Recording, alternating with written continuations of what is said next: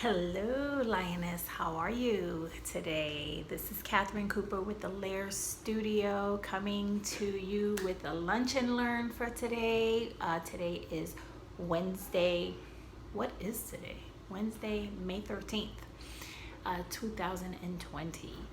And I just wanted to come on and share a really quick leadership tip for the day for you to help you become the extraordinary leader that you are. Because here at the LAIR, what we do is we activate leaders so that we can prosper the world. And what I do in particular is I coach everyday women into becoming extraordinary kingdom leaders so that they can profit from their purpose while they prosper their world. Because do you know that when you grow, everything around you grows? Everything around you prospers when you prosper from the inside out. And so my job here is to coach you, to train you, to develop you into the kingdom leader that I know is inside of you, ready to emerge, ready to be released. And so when I help you find your roar and I help you determine and discover your message and who you are, and I help you release that into the world, wherever that is, whether it's in business, career, your health, your own wellness, your family, whatever it is that you're doing, whatever it is that you're influencing, then I help you change that, everything around you. So getting to today's leadership tip for the day. I was walking this morning and I started walking. I started my own walking thing to every day so that I could take charge of my health and my wellness, right? So I was thinking that today's been 1 week, let me weigh myself. I should have lost some pounds, right? No, I actually gained a pound. And I'm going, what? So I was walking this morning and I'm walking furious, right? And I just got to thinking, and I pray when I walk and listen to music and things like that. And so, sorry if you hear the airplane going over. We haven't had airplanes going over us, so I think that might be the air show that was supposed to be going over. Anyway, that was pretty loud. So I digress. Coming back to center. So I was walking and I was thinking about, man, what should I talk about today? Should I talk about sabotage, when we sabotage ourselves? And did I really sabotage? Maybe I shouldn't have had, confession is good for the soul. I shouldn't have had that box of Raisinets last night. And anyway, so I got to thinking, and this thought came to me: submission versus surrender. And I got to thinking about, what am I submitted to and what am I surrendered to? And so if we're talking about doing the heart work, right? And becoming leaders from the inside out, because you can't lead where you have not gone. You can't lead where you're not willing to go. And so I started thinking about my own heart. Am I really submitted or surrendered to my health and wellness goals? And I got to thinking that, what does that look like? So I just wanted to share some things with you because I did kind of like a little mini quick study on this thing.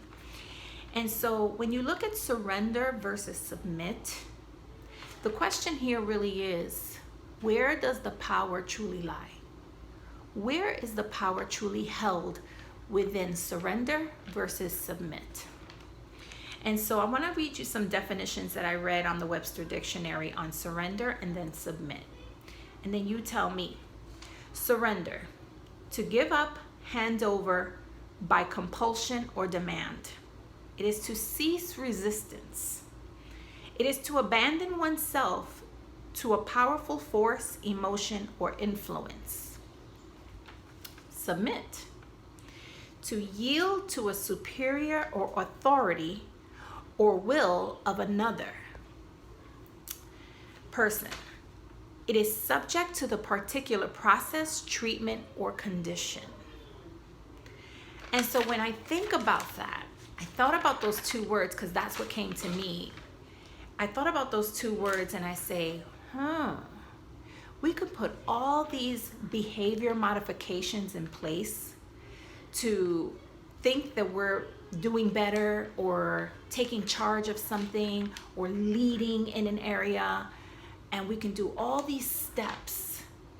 But the truth of the matter is this, guys: when you do all these steps, are you really submitted, or are you really surrendered to the goal, to what you're doing? Because it's going to make a difference in how you approach it. Stick with me. So when we think about surrender, when I read those two definitions, here's what I got. Surrender. To me, that definition sounded like no choice in the matter. It felt very weak, very powerless, very, like you have no control over it. Versus submit, where it feels like a choice. See, in surrender, it uses the word give up. I give up, like to another force or control. Whereas submit is a choice that I make to yield. I give it. It's not I give up. It's I give it over. There's a choice in that. There's power in that. And then in surrender, you've got a passive participation. It's like you're just being pulled. You're just being drawn and pulled, versus where submission is an active participation. I have to actually do things towards it because of the choice I made. You're taking ownership and responsibility, whereas surrender, the responsibility and ownership has been taken over you. Hold on to that. Surrender, it's an external control. There's an external stimulus that's controlling you, whereas submission, it is internally driven. You're internally driven by values and choices and things that you're doing by what you believe. And then in surrender, you're being influenced by a power or control. There's like this no life in it, because it's taken over. Whereas submit is influenced by authority, which has life. Authority is different than control. Authority is where I'm submitting to one that has the say over, that has overcome this, that has that it is the thing that wins over whatever area that you're trying to make better or prosper, right? So I want to bring you some scriptures that stood out to me to really help hone in on this. So I tried to look up scriptures that had surrender and submit, but here are the two scriptures that really stood out, and I'm going to read them from the Passion Translation. So here's Proverbs 16:3. You might know this as commit your actions, commit your ways to the Lord, and your plans will succeed, right? But here's what the Passion says. Before you do anything, put your trust totally in God and not in yourself. Then every plan you make will succeed.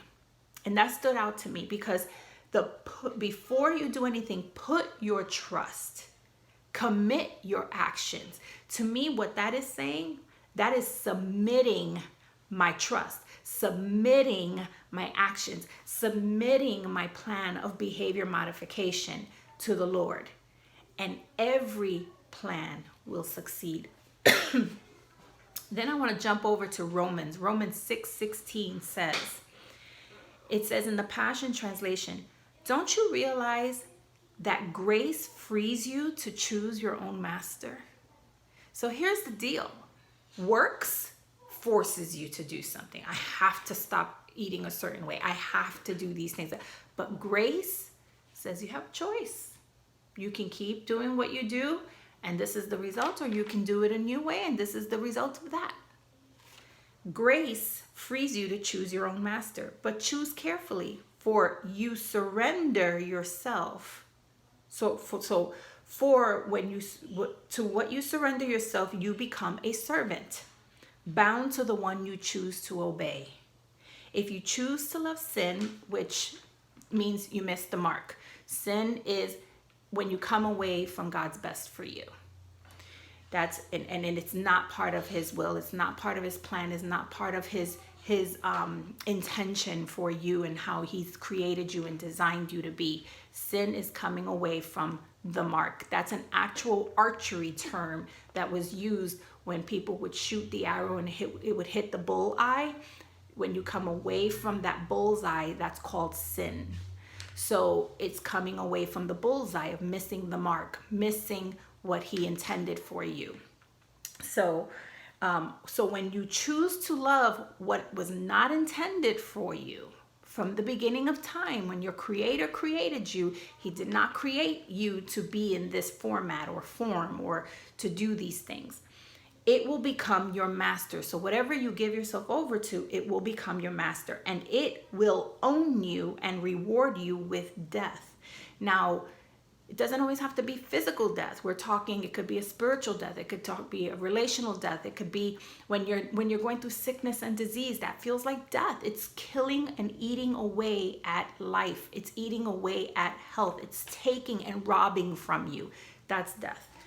But if you choose to love and obey God, your master, your creator, the one who created you, and you choose his blueprint for your life, you choose what he says, he will lead you into perfect righteousness. That's being in right standing with the king, right standing to be in connection with what he has for you.